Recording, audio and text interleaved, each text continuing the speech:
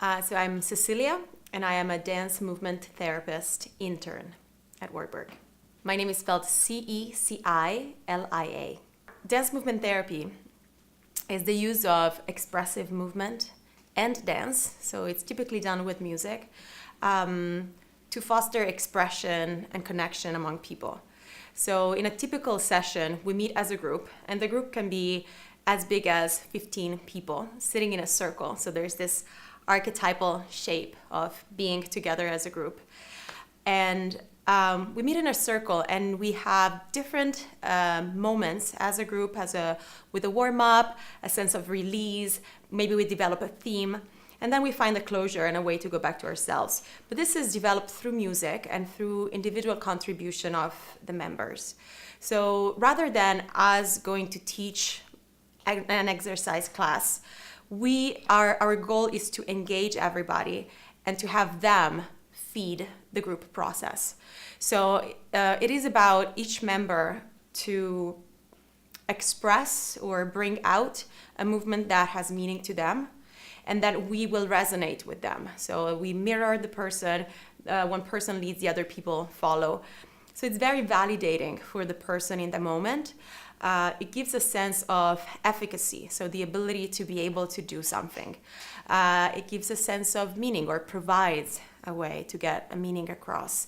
So it is a way on a personal level to find a sense of purpose in the present moment, to say that life is valid right here, right now, in this context. And it is a possibility, or an opportunity to involve everybody in this conversation. So for people that live here, for the residents that we work with, we want to create connection among individuals. And this connection can become pretty profound, because what we share is identity. So when you share identity with a group and you're recognized and seen, then you can reach out to others, and the group becomes more connected, and conversations may rise from there. So typically what's nice to see is that after groups, we bring people back, and they engage in conversation. They meet each other, they know each other's names. And this is something that we value very much, that it can help the social bonding between everybody. I started my dance movement therapy program at Sarah Lawrence College, and then I finished this process through Lesley University in Cambridge, Massachusetts. These are two big universities that provide master degrees, graduate programs in dance movement therapy. And Sarah Lawrence College is close by, because it's in Bronxville. And probably 4 years ago, they started a collaboration with Wartburg. So typically students that studied there can be sent here to work with a supervisor who is a certified dance movement therapy and dance movement therapist with many years of experience. So we are a group of 3 interns, and we are supervised, and we run up to 10 sessions per week, involving residents in the memory care units, in the nursing home, in the assisted living, and in the adult daycare service. So it's a collaboration between the university and Wartburg itself. So I come from Italy, and I came to the United States 7 years ago, and I'm a dancer. That's my background. When I came to the United States, I was looking for meaning as an artist. I had danced since I was a child, and I performed professionally. I got to a point where professionally there was some frustration around what dance is and who dance can reach. And I started to volunteer in a dance movement therapy program in a rehabilitation facility at that time. And that is what connected me to the work of dance movement therapy, which we do here at Wartburg.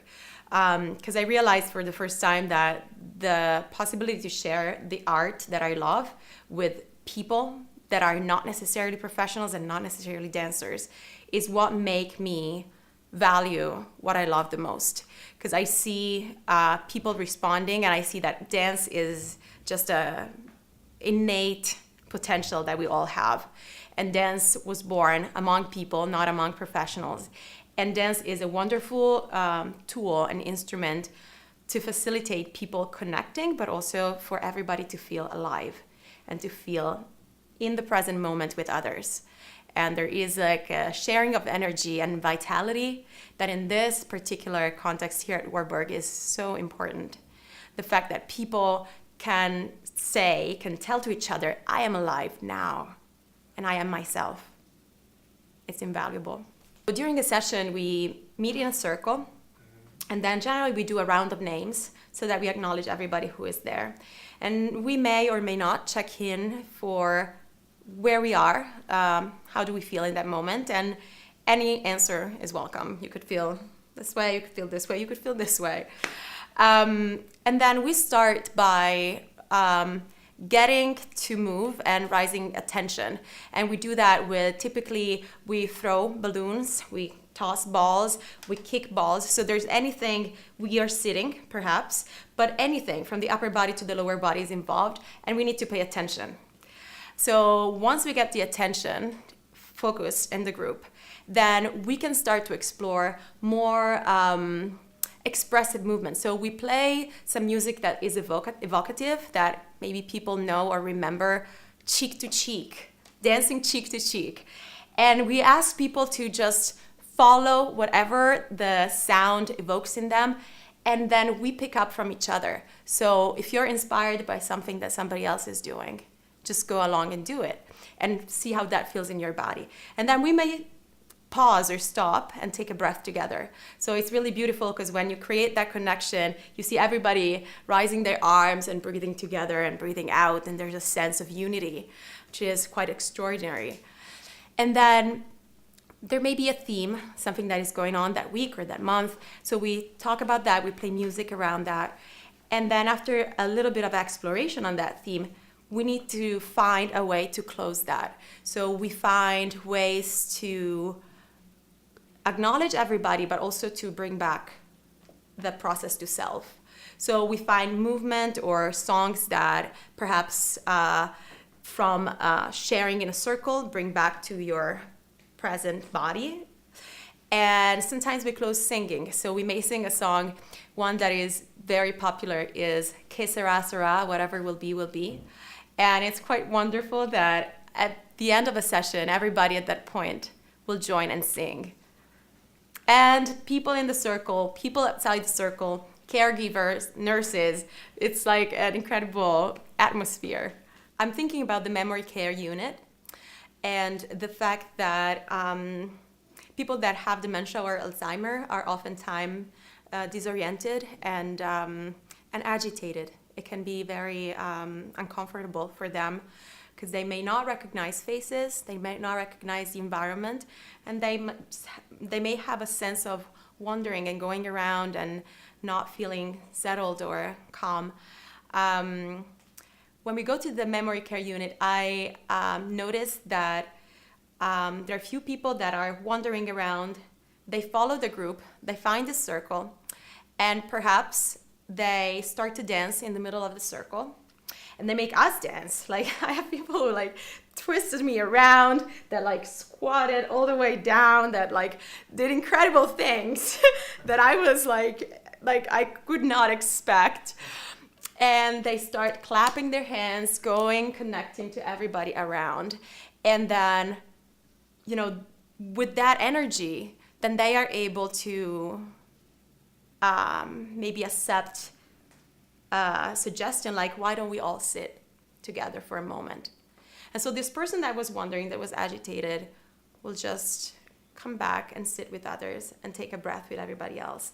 And there, I had, they say things sometimes that are very beautiful. A man told us during one of our check-ins, he said, this is a group where we don't talk about each other, we talk to each other. And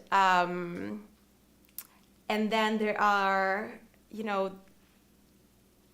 there are gestures that they offer. I was just now in a session where this woman, her closure was to say this. So scoop it up, bring it to the sky and let it go. And she does this, she does that, and then she looks at me and says, have a wonderful day, enjoy the rest of your day, and remember about me. Well, I'm definitely happy you're doing this, because I think that art therapies, whether it's dance, music, like art, visual art, drama, creative writing, I think it's particularly important here in this environment, because with the aging process, people may feel that they are losing part of self day by day, and creativity is the only thing that can add to that process. So you're not losing something each day, but you are creating something new. You're adding something to your life. And that's the power of creativity. So it should be done.